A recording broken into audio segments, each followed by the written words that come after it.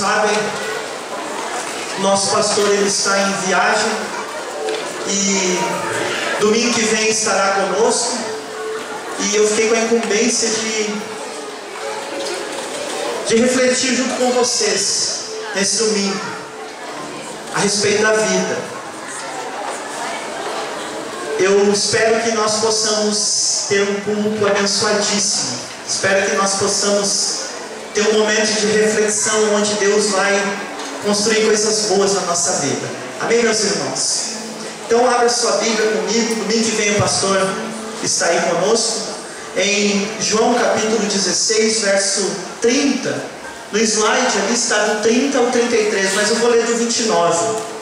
Posso ler? Digam amém. Diz o seguinte: finalmente o Senhor está falando claramente, disseram os seus discípulos, e não mais por meio de ilustrações.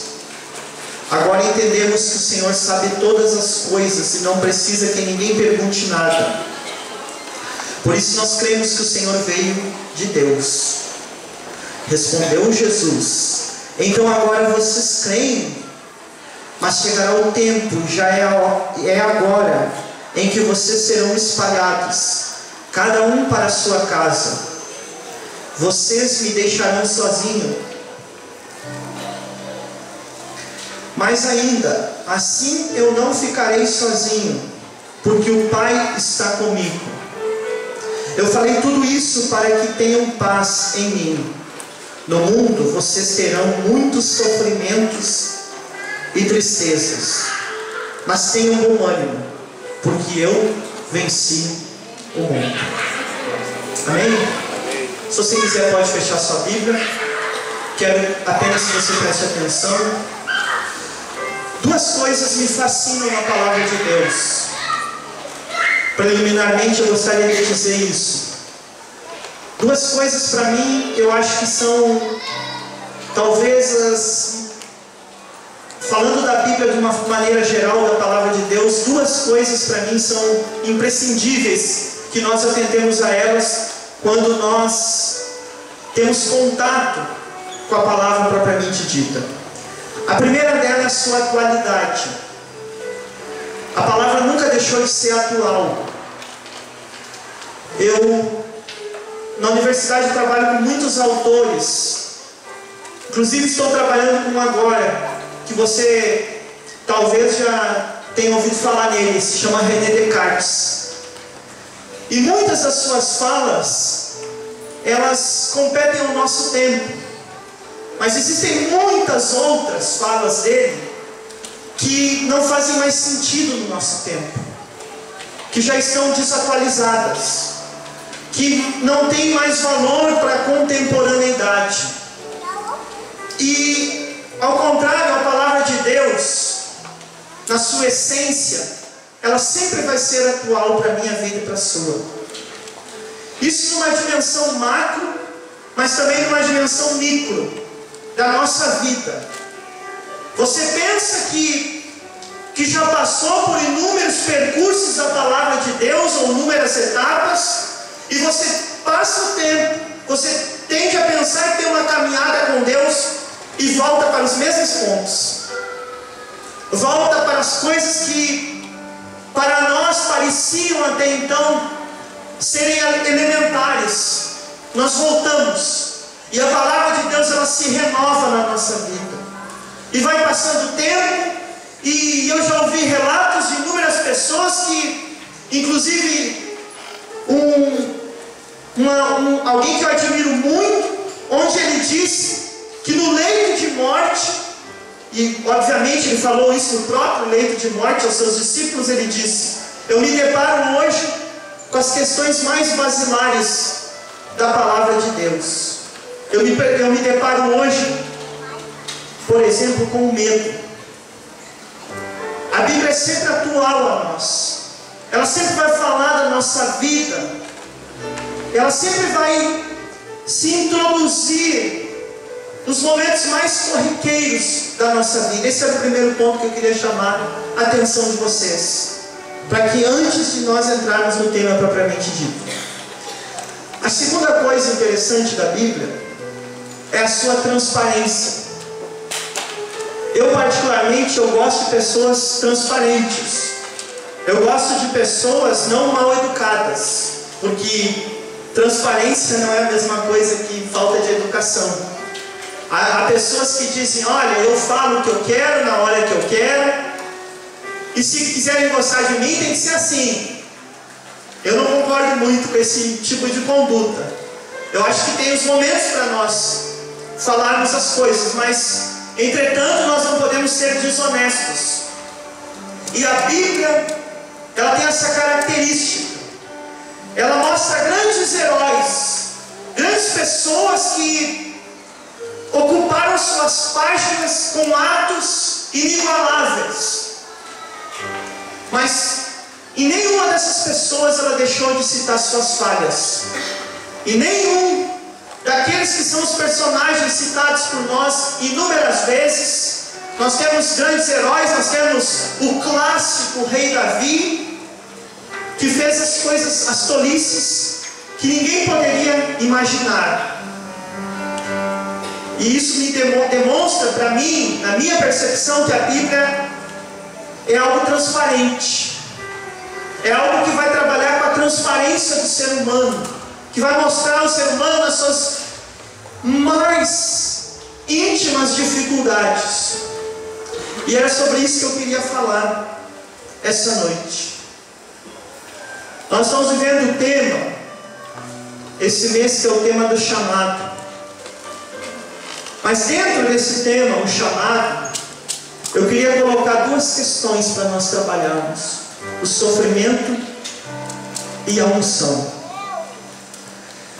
Eu não sei se você já parou para pensar, mas enquanto nós estamos aqui festejando, enquanto nós estamos aqui nos alegrando em Deus, há pessoas nessa cidade que nesse exato momento estão sofrendo. Há pessoas nessa cidade que estão, quem sabe, numa UTI, quem sabe estão é UPA que chama agora, é isso? Estão no UPA, unidade de pronto atendimento, sem saber o que fazem, porque ali está o sofrimento. Talvez você está aqui hoje e na sua casa tenha ficado alguém que está sofrendo. Basta nós olharmos para todos os lados e nós veremos pessoas que sofrem. O nosso estado tem muita gente que sofre. Aqui nessa cidade há muita gente que sofre, há muita gente que não tem o que comer. Enquanto nós estamos hoje, nesse exato momento nós viemos para o culto, estamos prestes a celebrar mais um pouco a Deus. No outro lado do planeta, há pessoas que estão no amanhecer do dia, e essas pessoas estão sem perspectiva nenhuma, porque elas não têm o que comer. Quem sabe lá do lado da sua casa, tem alguém que tem um diagnóstico de uma doença, que para a medicina ela é incurável, e ela sofre. Quem sabe hoje nós temos aqui pessoas que até celebraram conosco, que tiveram o seu momento, choraram, cantaram, mas que no íntimo da sua alma estão sofrendo, estão passando por aflições terríveis, aflições as quais buscam explicação, mas não conseguem nenhuma explicação. Aflições ao ponto tal de pensar em desistir da vida, em desistir dos projetos, em desistir de uma carreira, em desistir de uma família, em desistir de um casamento. Quantas pessoas estão aqui hoje, quem sabe pensando em desistir do casamento? Ou aliás, eu poderia dizer que quem sabe muitas estão aqui hoje e já jogaram a toalha e desistiram. Porque pelo lado que nós olharmos, meus irmãos, há sofrimento. Nós poderíamos dizer que o sofrimento é algo inerente ao ser humano. A todas as dimensões da vida nós sofremos. E não há um sequer que não sofra. Pois se nós temos uma família, e você pode ter a vida mais maravilhosa do mundo, mas chegará um dia que o ente querido deixará você, e você irá sofrer. E nós sofremos. E eu sempre falo com relação ao sofrimento, e mais especificamente o luto. Toda vez que me chamam para ir fazer um ofício fúnebre, eu sempre digo que eu aprendi que o luto é como se fosse uma amputação. Quem já passou pelo processo do luto sabe o que eu estou dizendo.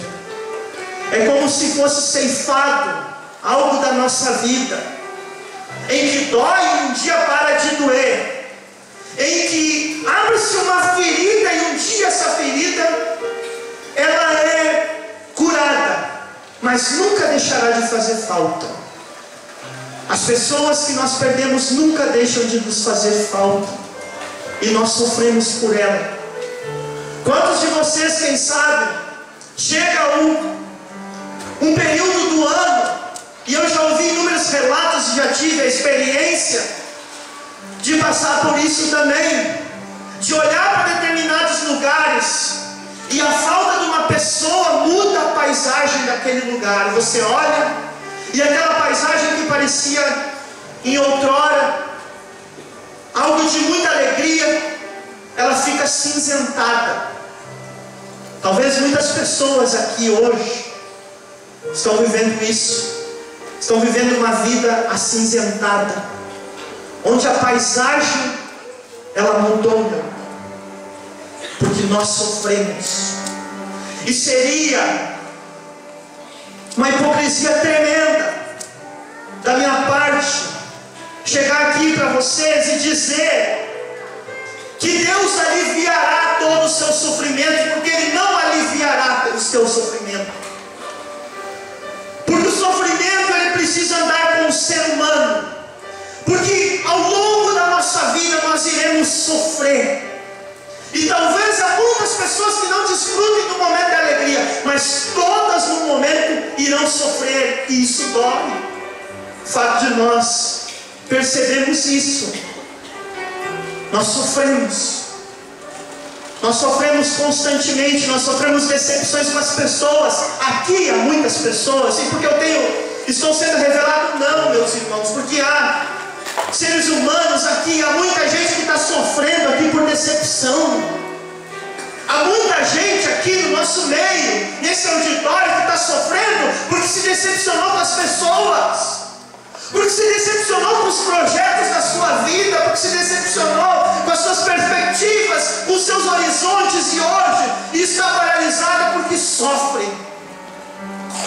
E Jesus, porque eu digo que nós seríamos tolos de achar que não teríamos sofrimento, Jesus, nesse texto, na sua transparência e na sua atualidade, Ele disse: vocês teriam aflições.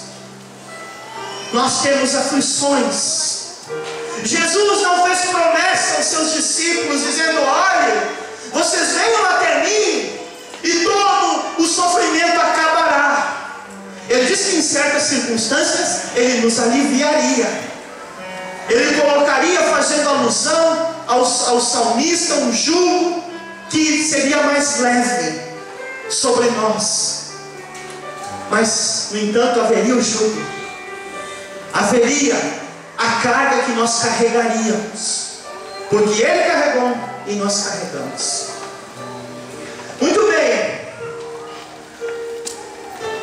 Que notícia desagradável saber que nós sofremos, que nós temos dificuldades, que o mundo é repleto de aflições, que as tristezas elas permeiam as dimensões da nossa vida.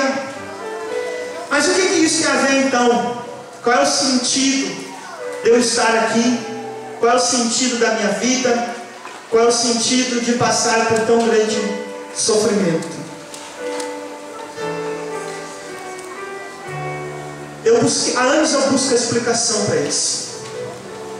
Há anos eu estudo, me coloco como cobaia para entender algumas coisas. Há anos eu observo as pessoas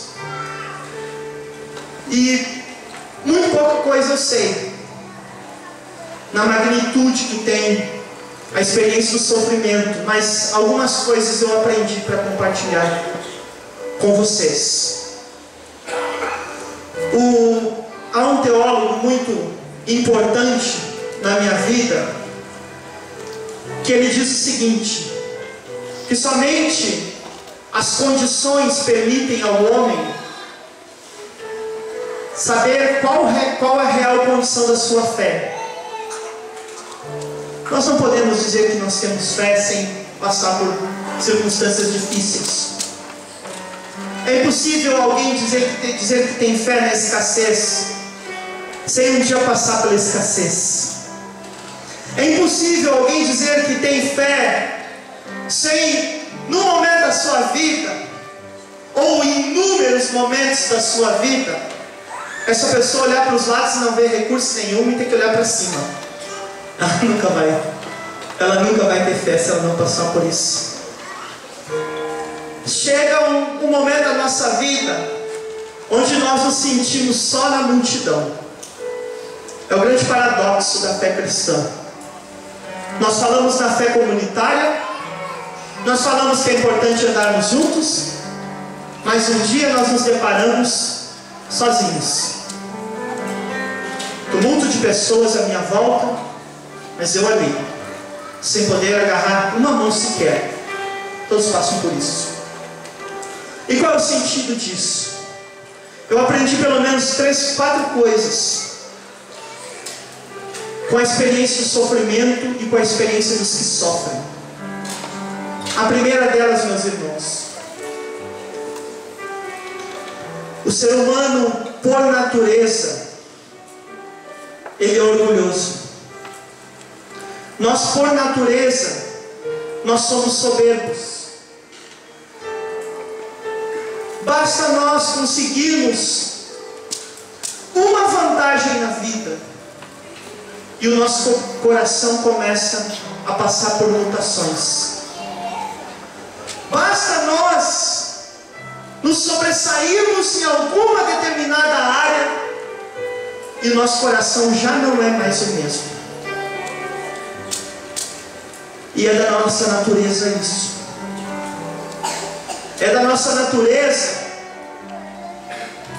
sempre julgar pelos pequenos feitos que nós temos, que são miniaturas daquilo que Deus faz. Nós nos julgamos grandes. E aí até mesmo nas atitudes domésticas, no nosso lar, nós começamos a nos julgar com as razões. Nós dizemos que temos razões e em situação de conflito nós começamos a jogar ao vento as nossas razões. Não é assim? Porque nós somos sempre espertos em nos defender. Nós não somos espertos em reconhecer. Nós nos defendemos com muita autoridade e veemência. E aí, a vida, num certo momento, ela prepara para nós sofrimentos, dificuldades, escassez. Simplesmente pelo fato de que nós precisamos nos tornar mais humildes. Simplesmente porque humildade não se consegue, não se desenvolve na teoria, mas se desenvolve apanhando da vida. E o próprio Deus permite para nós alguns momentos onde nós apanhamos na vida, onde nós sofremos na vida, para que nós nos tornamos mais humildes. Sabe por quê? E essa é a minha grande alegria. Porque quando eu diminuo, é que ele cresce. Porque é necessário que ele cresça e que eu diminua. E quando eu entendo isso, quando eu entendo, coloca no anonimato. Sabe, talvez aqui está inúmeros irmãos que estão vivendo hoje no anonimato. Você, quem sabe, tem inúmeras potencialidades, coisas que, comparado aos outros, você se sobressai. Mas, para que isso possa ser usado da maneira correta, você vai ter que ficar aí, como todos nós ficamos. Como eu já fiquei escondido no meio da multidão, porque é escondido no meio da multidão que Ele aparece, que Ele cresce, que Ele é glorificado. Então, meu querido, sabe o que eu aprendo com isso? Eu aprendo que eu gosto muito de entender as coisas na medida do possível, aquilo que eu posso compreender que a vida me proporciona, eu gosto de entender. O sofrimento é uma dessas coisas. Eu penso que quando nós entendemos ele, é mais fácil nós suportar, de nós conseguirmos suportá-lo.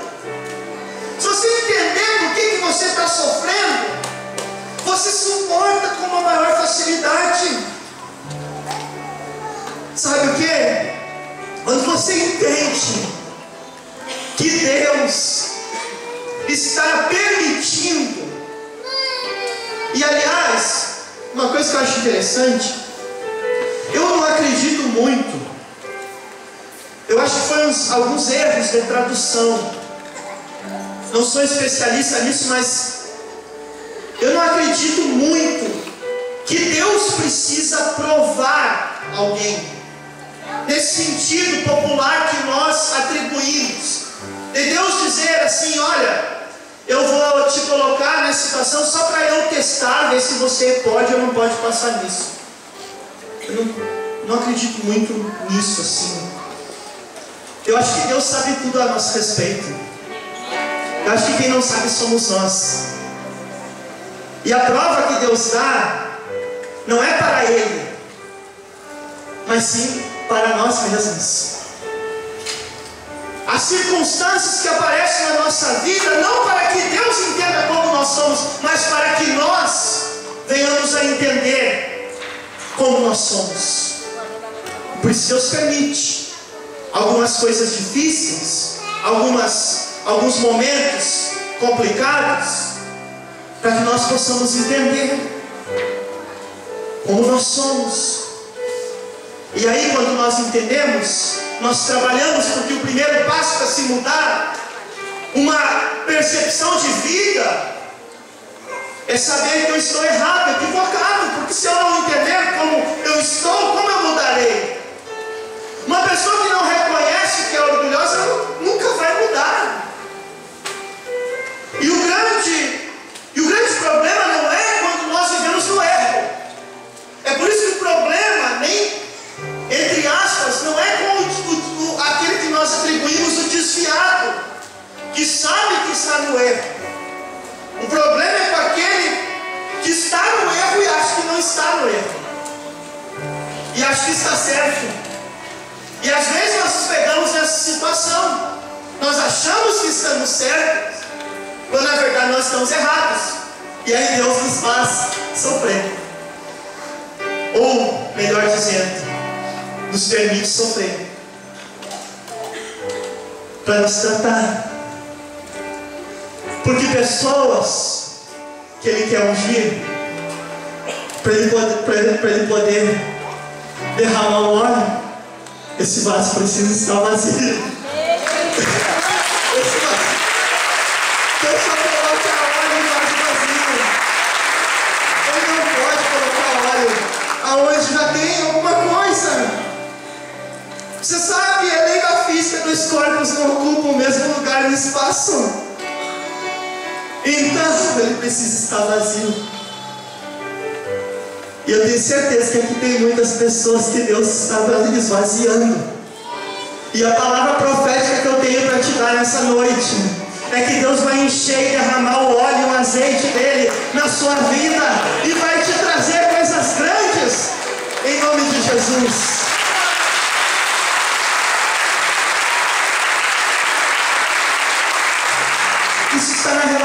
na nossa intimidade, na dimensão pessoal. Mas existem outras coisas que o sofrimento nos ensina acerca dos relacionamentos. Porque o relacionamento ele precisa ser construído. Eu, sinceramente, meus irmãos, eu prefiro, e já falei isso inúmeras vezes, eu prefiro quando a pessoa não gosta de mim no início e começa a gostar com o tempo, do que aquela pessoa que me ama, eu sou tudo para ela, e passa o tempo e ela começa a perder isso. Eu entendo que o relacionamento ele vai se construindo. Nós vamos aprendendo, nós vamos crescendo. Uma igreja, ela precisa crescer em relacionamento. Uma igreja abençoada, já dizia o apóstolo Paulo, quando falava aos Coríntios, ele disse o seguinte, a igreja de Corinto, ele disse: olha, é muito melhor vocês começarem na carne e terminarem no Espírito, do que começarem no Espírito e por fim terminarem na carne. Ele falava acerca da nossa construção. Ele falava, e aí a primeira coisa que eu entendo é que nós, quando compreendemos isso, nós passamos a entender os seres humanos, e entender as dificuldades alheias, e entender por que as pessoas são de uma determinada maneira que não é a nossa. E o sofrimento, nesse sentido, ele tem duas coisas que ele nos faz. A primeira delas é nos aproximar. Não existe potencial maior no mundo que o sofrimento para nos aproximar. As pessoas se aproximam quando sofrem. As dificuldades semelhantes fazem as pessoas se aproximarem. Sabe, meus irmãos, quem se preocupa com quem passa fome é quem um dia passou fome. Sabe quem é que vai se preocupar? As pessoas não estão nem aí para nada, cada um nos seus interesses. Mas o sofrimento é necessário para nos aproximar. É comum, todas as vezes que eu vou fazer um ofício fúnebre, tem uma palavra que eu sempre coloco. Eu coloco a questão da amputação, e num segundo momento, a questão que eu coloco é a questão do perdão. Sabe por quê? E aí eu começo a falar e digo: olha pessoal, é diante da morte que a gente vê que as picuinhas não valem a pena. É diante da morte que nós entendemos que as coisas na vida, elas precisam ser pesadas. Nós precisamos pesar aquilo que nós fazemos. E aí as pessoas sensibilizadas, toda vez vem um irmão, se é daqui da igreja, se é ofício fúnebre aqui da igreja, toda vez vem um irmão 3, 4 dias depois e me fala: pastor, lá foi uma bênção, num sentido, porque muitas pessoas se perdoaram, muitas pessoas reataram naquele dia. E aí se confirma aquilo que eu falo. O sofrimento tem a potencialidade de nos aproximar. As pessoas se aproximam quando sofrem. As pessoas, elas se sensibilizam quando sofrem. E é uma das dimensões do sofrimento, porque depois ocasiona a segunda, que é a empatia. Sabe, meus irmãos, você sabe quem é que entende? Quem tem um alcoólatra dentro da sua casa?